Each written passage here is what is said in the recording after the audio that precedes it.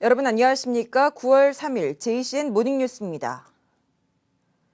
태풍 매미와 맞먹는 흰남노가 한반도 쪽으로 북진하고 있습니다.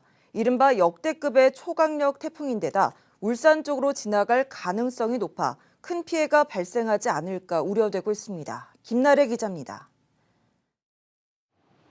태풍 흰남노가 6일 낮 12시 울산에 가장 근접해 지나갈 것으로 보입니다. 지난 2003년 발생한 태풍 매미에 이어 이른바 역대급 태풍이란 소식에 지역기관과 시민들은 바짝 긴장하고 있습니다. 기상청은 이번 흰남노 태풍 최대 풍속이 초속 43m, 시속 155km로 울산을 지나갈 것으로 예상하고 있습니다. 6일 9시 같은 경우에는 저희가 최대 풍속이 43m/s, 그다음 시속으로는 155km 정도로 저희가 예상을 하고 있는데, 이거를 시속 같은 경우에는 이제 차량 속도에 비유해서 이는 사람이나 커다란 돌이 날아갈 수 있을 정도의 강한 바람입니다. 상륙 방향은 유동적일 수 있지만 현재 예상 경로대로라면 울산뿐만 아니라 전국이 영향권에 들 것으로 보입니다. 이에 따라 울산시는 비상체계에 돌입했습니다. 이번에는 예상컨대 진로 변경도 있고 여러 가지 예측을 해보면은 우리 울산에 큰 피해를 줄 것 같아요. 그래서 긴급하게 이런 회의를 소집을 했습니다. 하천 둔치 주차장과 도로 야영장, 해안가를 통제하고 선박을 육지로 인양 조치했습니다. 이곳은 북구 정자항입니다. 울산도 초강력 태풍 흰남노의 영향권이란 소식에 이곳을 비롯한 울산 지역 항 포구에는 선박들이 줄줄이 대피하고 있습니다. 또 농업시설물은 배수로 정비와 방풍망을 점검하는 등 농가 피해를 최소화하기 위해 조치했습니다. 특히 태풍으로 인해 수차례 잠겼던 태화시장 등 상습 침수 피해 지역에 대해 모래주머니 배치, 배수 펌프장 가동 등 태풍에 대비하는 모습을 보였습니다. 울산시는 24시간 상황 근무를 통해 태풍 상황을 집중 감시할 예정입니다.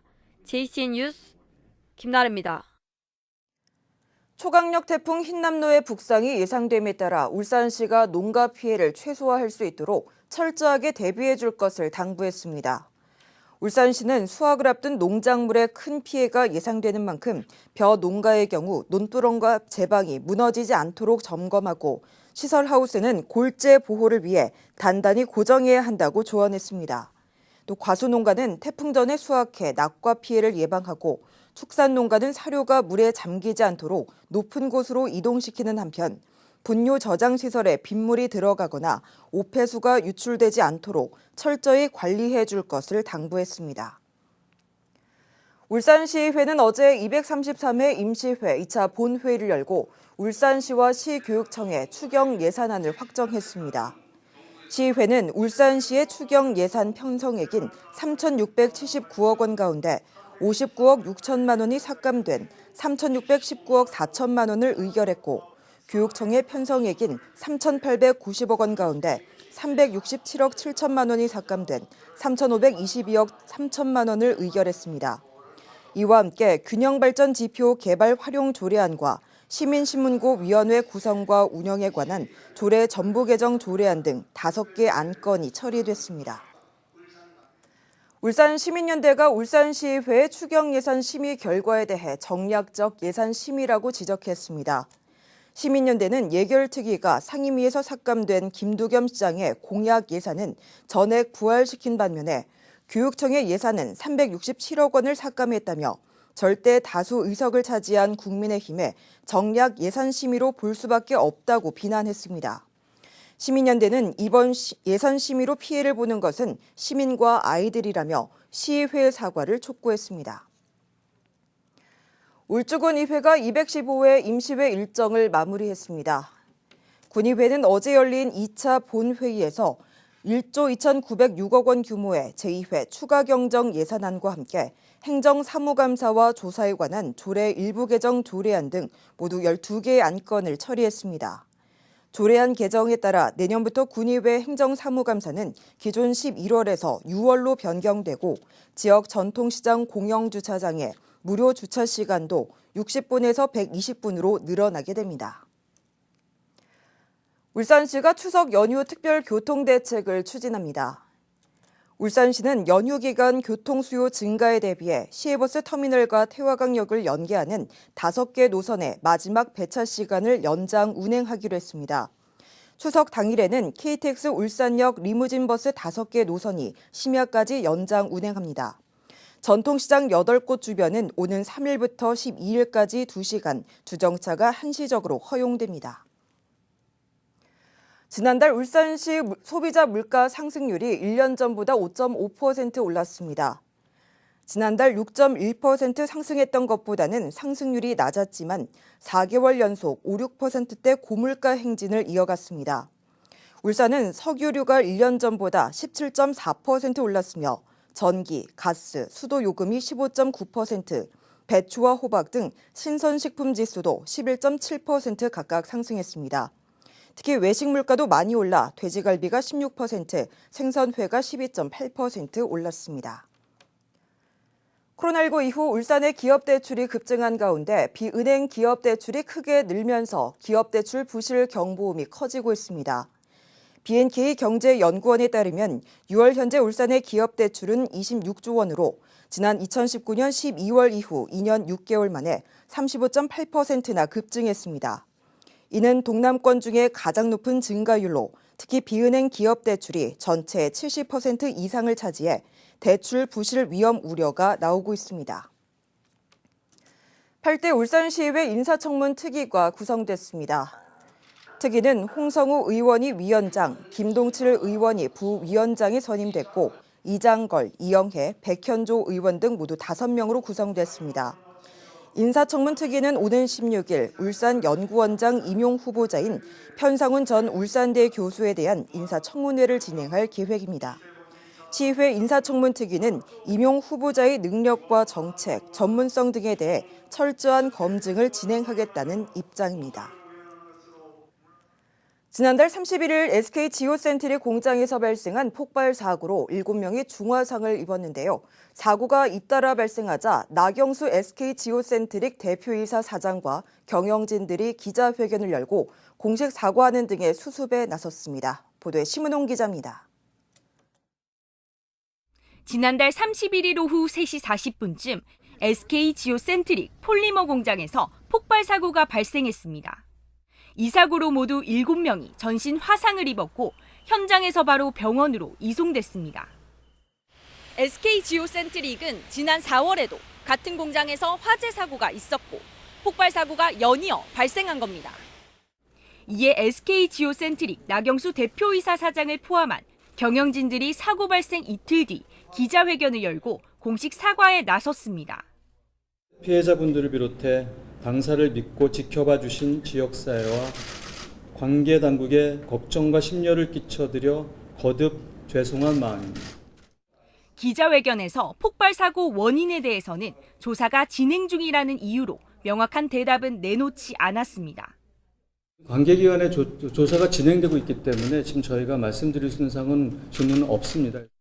또 현재 환자들의 상태와 추후 보상에 대한 질문에도 최선을 다해 지원하겠다는 답변만 돌아왔습니다.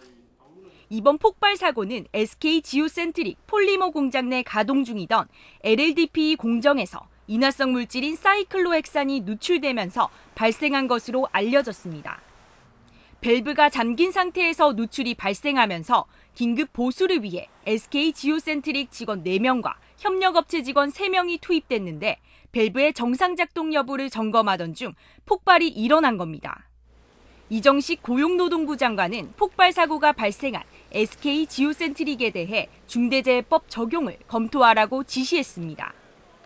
경찰은 사고 원인을 밝히기 위해 수사 전담팀을 꾸렸고 사고 공장 내 안전이 확보되면 국가수 등과 합동 감식을 벌일 예정입니다.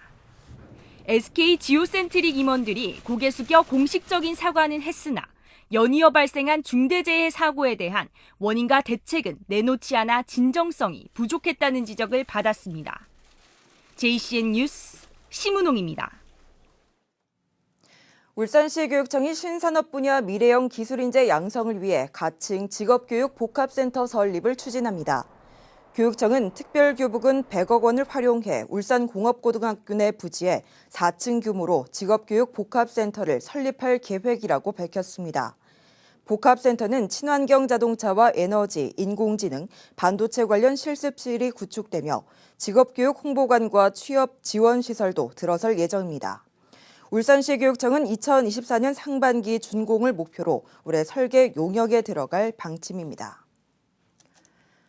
국민의힘 권명호 국회의원은 내년도 공공체육시설 개보수 사업에 동구 지역 2개 사업이 선정돼 국비 6억 3천만 원이 지원될 예정이라고 밝혔습니다. 선정된 사업은 국민체육센터 수영장의 천장 정비와 환풍장치 개보수에 1억 2천만 원, 서부회관 체육시설 개보수에 5억 1천만 원입니다. 권 의원은 부족한 체육시설 인프라 확충과 지역 내 노후시설 개선을 위해서 더 많은 국비 지원이 이루어질 수 있도록 노력하겠다고 말했습니다.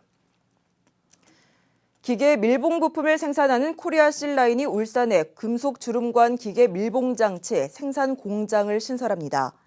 울산시와 코리아 실라인은 어제 투자 양해각서를 체결했으며 코리아 실라인은 울주군 온양읍 GW 일반 산단에 78억 원을 투입해서 내년 10월까지 생산 공장을 건립하기로 했습니다.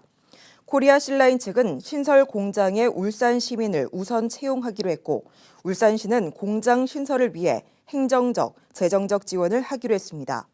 코리아 실라인은 고온과 고압 등에 강한 내구성을 지닌 메탈 벨로우즈 실을 국내에서 처음 상용화한 기업입니다. 울산과학고등학교가 2013학년도 입학 전형 원서 접수를 마감한 결과 평균 2.8대 1의 경쟁률을 보였습니다. 정원 72명 모집에 200명이 지원했고 자기 주도학습 일반 전형이 3.0대 1에 사회통합 전형이 1.87대 1의 경쟁률을 기록했습니다. 특례 입학 대상자 전형에는 지원자가 없었습니다. 울산과학고는 11월 28일 면접을 실시하고 12월 6일에는 최종 합격자를 발표할 예정입니다. 울산대학교가 저소득층 신입생 38명에게 기숙사비와 교재 비용을 지원했습니다. 울산대학교는 올해 신입생 중에 기초 또는 차상위 계층 학생들을 대상으로 신청을 받아 13명에게는 기숙사비를, 25명에게는 교재비를 지원했다고 밝혔습니다. 울산대학교는 실제 지원 대상자보다 신청자가 많은 만큼 내년부터 지원 범위를 확대하겠다는 입장입니다. BNK 경남은행이 추석을 앞두고 울산과 경남 지역 복지기관 35곳에 백합 나눔회 성금 1,500만 원을 기탁했습니다. 이 성금은 BNK 경남은행 전 임직원이 급여 끝전을 모아 마련한 것입니다. BNK 경남은행은 이와 별개로 울산시와 경상남도가 추천한 소외계층 7,700여 세대에 3억 8,600만 원 상당의 전통시장 상품권도 전달했다고 밝혔습니다. 울산시와 울산시 관광협회, 울산시 상인협회가 올가을 울산을 여행하는 방문객들에게 전통시장 쿠폰을 제공하는 울산시장에서 놀자 행사를 진행합니다. 오는 6일부터 전통시장 방문을 포함해 울산 여행 상품을 이용한 단체 관광객과 숙박업체를 이용하는 개별 관광객 2만 명에게 1인당 3,000원의 쿠폰이 선착순 배부됩니다. 쿠폰은 11월 30일까지 신정시장과 언양 알프스 시장 등 울산 지역 전통시장 16곳에서 사용할 수 있습니다. JCN 모닝뉴스를 마칩니다. 함께해 주신 여러분 고맙습니다.